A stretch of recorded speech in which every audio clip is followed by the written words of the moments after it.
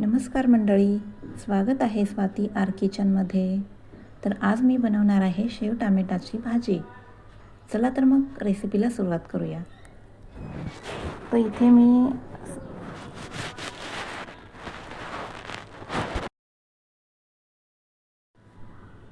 मी 5 tomato घेतलेले आहे, 3 कांदे घेतलेले आहे मीडियम साईजमध्ये, टोमॅटो मोठे साईजचे घेतलेले आहे आणि शेव घेतलेले आहे. शेव तुम्ही रतलामी शेव देखील इथे वापरू शकता, पण मी साधी शेव घेतलेली आहे. लसूण, अद्रक आणि कोथिंबीर आणि मसाले मी तुम्हाला पुढे दाखवणारच आहे. तर आपल्याला इथे टोमॅटो कट करून घ्यायचे आहे. टोमॅटो आपल्याला इथे मोठ्या साईजमध्ये चंकी पीसेस कट करून घ्यायचे आहे. अशा पद्धतीने बघा, एका टोमॅटोचे म्हणजे अर्ध्या टोमॅटोचे मी इथे 6 फोडी केलेले आहे. मोठे मोठे साईज तुकडे करून घ्यायचे आहे टोमॅटोचे.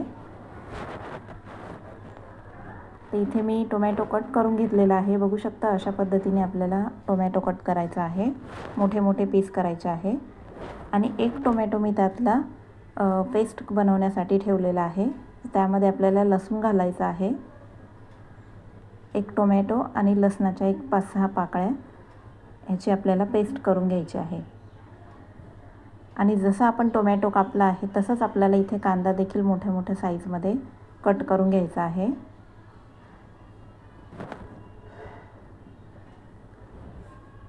छोटा कांदा असेल तर त्याचे आपल्याला दोन भाग करायचे आहे आणि मोठा असेल तर त्यानुसार तुम्ही कमी जास्त साईज करू शकता.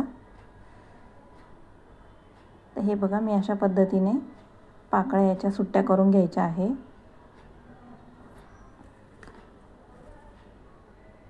एक एक पाकळी आपल्याला अशी खोलून सुट्टी करून घ्यायची आहे.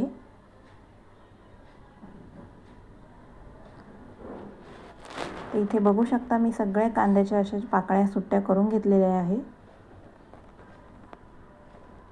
अशा पद्धतीने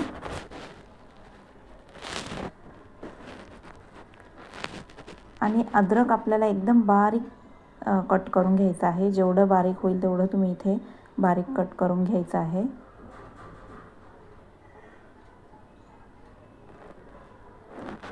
इथे आपल्याला अद्रकची पेस्ट नाही करायची आहे, फक्त बारीक कट करून घ्यायचं आहे, फाईन चॉप करायचं आहे. आणि इथे कोथिंबीर देखील मी बारीक कट करून घेणार आहे.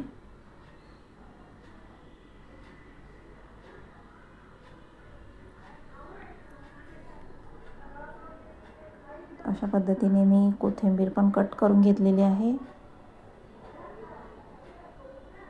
तर आता आपण सुरुवात करूया भाजी बनवायला. तर इथे मी कढईमध्ये तेल टाकलेलं आहे. तेल थोडं जास्तच घालायचं आहे. तर मी इथे 2 ते 3 पळीसारखं तेल टाकलेलं आहे. तेल गरम झालं की त्यामध्ये आपल्याला मोहरी टाकायची आहे. मोहरी कडकडली की त्यामध्ये जिरं, हिंग आपल्याला टाकायचं आहे आणि नंतर मग कांदा टाकायचा आहे. तर कांदा इथे आपल्याला एक अर्धा मिनिटभर परतून घ्यायचा आहे. खूप जास्त नाही परतायचा आहे कांदा.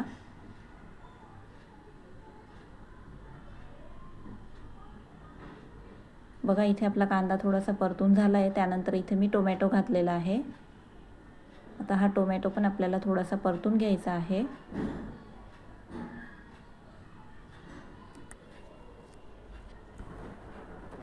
खूप छान टेस्टी लागते ही भाजी, तुम्ही करून बघा.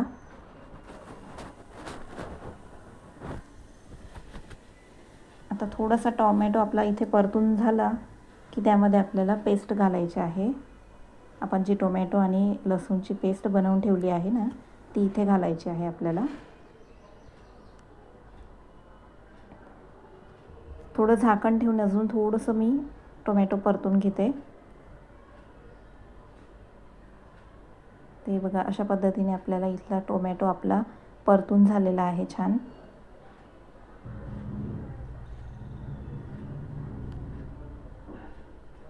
आता आपल्याला याच्यामध्ये अद्रक घालायचं आहे. जे आपण बारीक कट करून ठेवलेलं होतं ते अद्रक मी इथे घातलेलं आहे.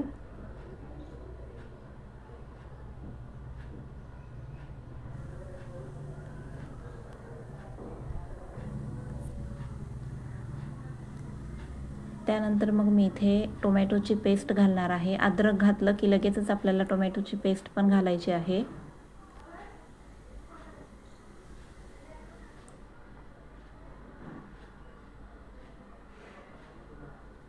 आता ही टोमॅटोची पेस्ट घातल्यानंतर आपल्याला छान परतून घ्यायचं आहे तेल सुटेपर्यंत.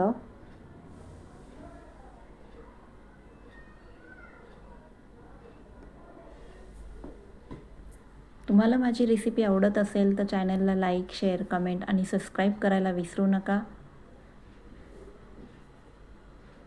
इथे मी टोमॅटोची पेस्ट अशी छान परतून घेणार आहे.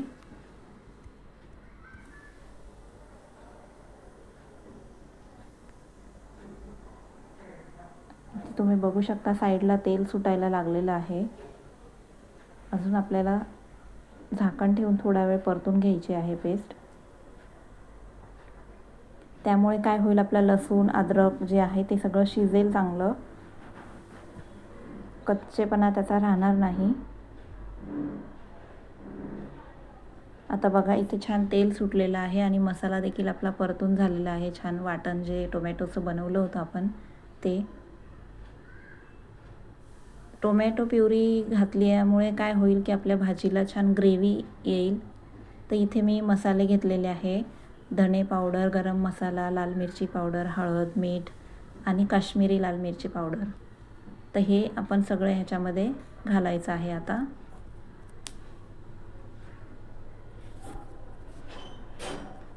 आता मसाले घातल्यानंतर आपल्याला पुन्हा छान परतून घ्यायचं आहे.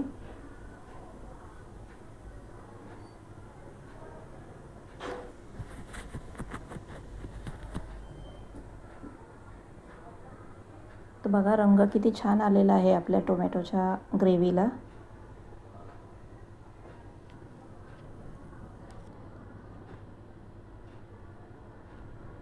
आणि आता इथे मला थोडंसं पाणी घालायचं आहे. त्यामुळे काय होईल, आपली ग्रेव्ही थोडीशी पातळ अशी होईल आणि शेव टाकल्यानंतर आपली ग्रेव्ही पुन्हा घट्ट ॲब्झॉर्ब करते शेव पाणी टाकल्यानंतर.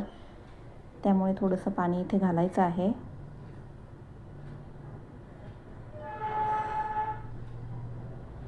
पाणी तुम्हाला गरम करून घालायचं आहे, थंड नाही घालायचं.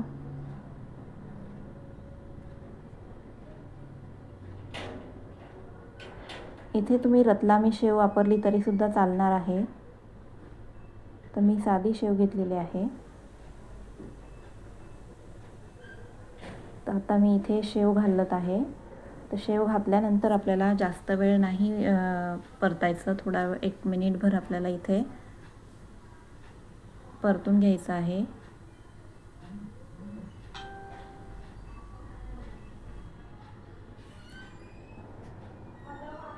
आणि थोडीशी साखर घालायची आहे. तुम्ही हवं तर इथे गूळ देखील वापरू शकता. मी थोडीशी साखर घातलेली आहे.